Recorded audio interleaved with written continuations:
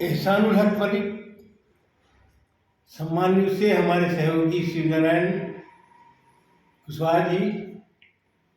आज मैं बैठा हूँ राष्ट्रीय भागीदारी आंदोलन के हेड ऑफिस में, और राष्ट्रीय भागीदारी आंदोलन के जो चीफ है पीसी कुरिल जी, उनसे मैं कुछ सवाल करने जा रहा हूँ।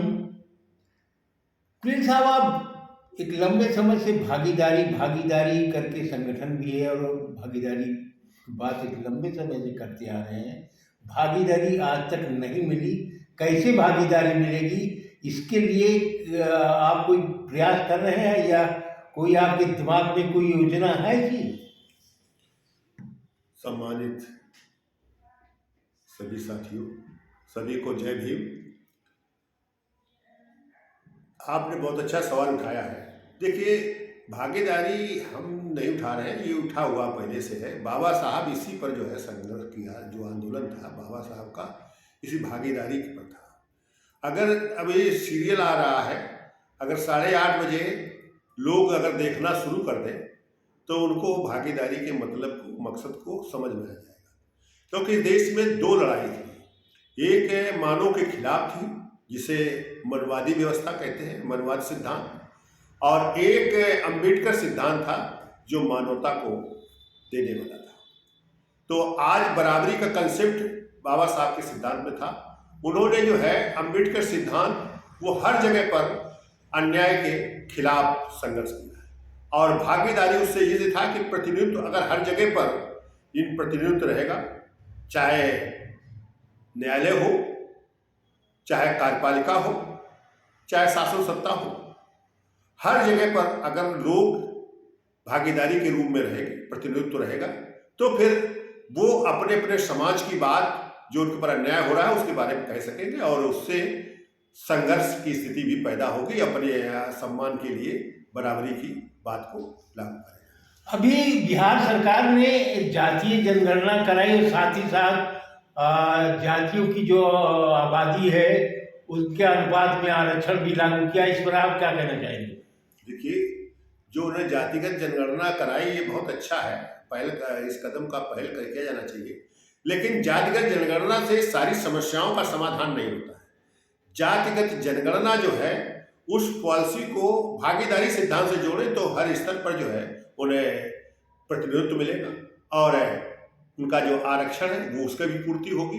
और अगर ये भागीदारी, चूंकि आज आरक्षण के सबसे तो हर जगह पर जो है विभागों को खत्म कर रहे हैं, प्राइवेटीकरण कर रहे हैं, जहाँ की कोई व्यवस्था आरक्षण की नहीं है।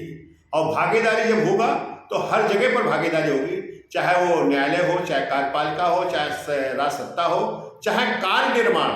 सबसे बड़ी तो भागीदारी कार्य निर्माण में है। कार्य निर्माण का मतलब है ये केवल काम करने का नहीं, उसमें जो निर्माण करना है, जैसे स्कूल है, अस्पताल है, जैसे उद्योग है, इनमें भी भागीदारी उनकी सुनिश्चित होनी चाहिए। और ये कोई करने नहीं आएगा, ये हमें सबको मिलकर अपनी भागीदारी सुनिश्चित करना होगा। कुरिल साहब, एक सवाल आपसे और है कि जो यहाँ का वंचित समाज है, दलित, पिछड़ा, अल्पसंख्यक, उसके पास कृषि योग्य भूमि नहीं है, उस बारे में आपका क्या राय रखते हैं? देखिए, भागीदारी हर स्तर पर है। आज जैसे किसान आंदोलन चल रहा है, बहुत अच्छा आंदोलन है। इसके पहले जो है नागरिकता का आंदोलन चला, CA/NRC का आंदोलन चला, और पूरे देश में जो है ठर्रा दिया लोगों को। लेकिन क्या उनको नागरिकता हुई? क्या उनकी किसान आंदोलन में उनकी भागीदारी मिली? तो भागीदारी कोई देगा नहीं। जो जहां कब्जा किए हैं, जो जिस स्तर पर है, वो किसी को कुछ देना नहीं चाहता है, क्योंकि वो प्राकृतिक संसाधन है, उसमें उसको हिस्सेदारी मिलनी चाहिए। तो किसान आंदोलन है, जब तक किसान आंदोलन में भागीदारी नहीं कि भाई भूमि किसानों को जो सरकारी मानक है उसके तहत भूमि मिलना चाहिए, और ये हमें लेना होगा।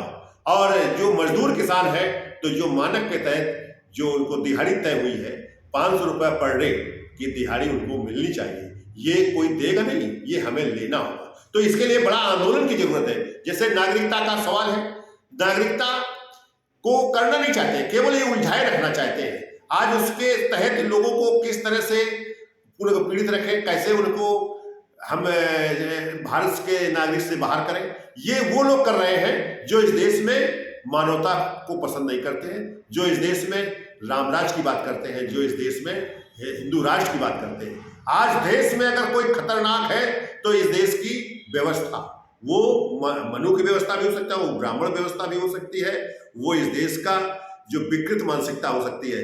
तो अगर आपको इस देश में अगर समानता लानी है, अगर हर व्यक्ति को न्याय चाहिए, तो फिर इस देश में भागीदारी के कंसेप्ट को आगे लाए। आज धरना स्तर पर बहुत दिन से जो है आंदोलन कर रहे हैं, तो 69,000 कर्मचारियों शिक्षकों का आंदोलन था, जिसमें 6800 को गड़बड़ियां आई, जिसे सरकार और सब न्यायालय ने स्वीकार कर लिया।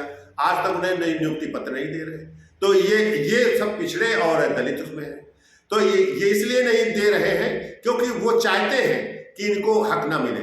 आज जितना भी संघर्ष हो रहा है, जो भी आज सवर्ण समाज की तरफ से जो संघर्ष किया है, जो इस देश की मनुवादी व्यवस्था के तहत जो संघर्ष हो रहे हैं, वो सब इसलिए संघर्ष हो रहे हैं, चाहे मुसलमान को मार रहे हैं, चाहे जो है दलित को मार रहे हैं, चाहे पिछड़े को मार रहे हैं, ये इसलिए हो रहे हैं हिंसा कि इनको हक की लड़ाई न लड़े, हक से बाहर रहे।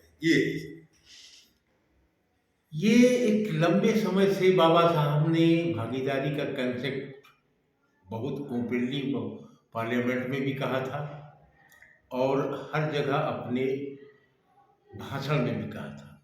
और ये तभी संभव है जब इस देश का मूल निवासी एकजुट होकर के और भागीदारी सुनिश्चित करने के लिए देशव्यापी जन आंदोलन खड़ा करे और उसमें ये भी सुनिश्चित हो कि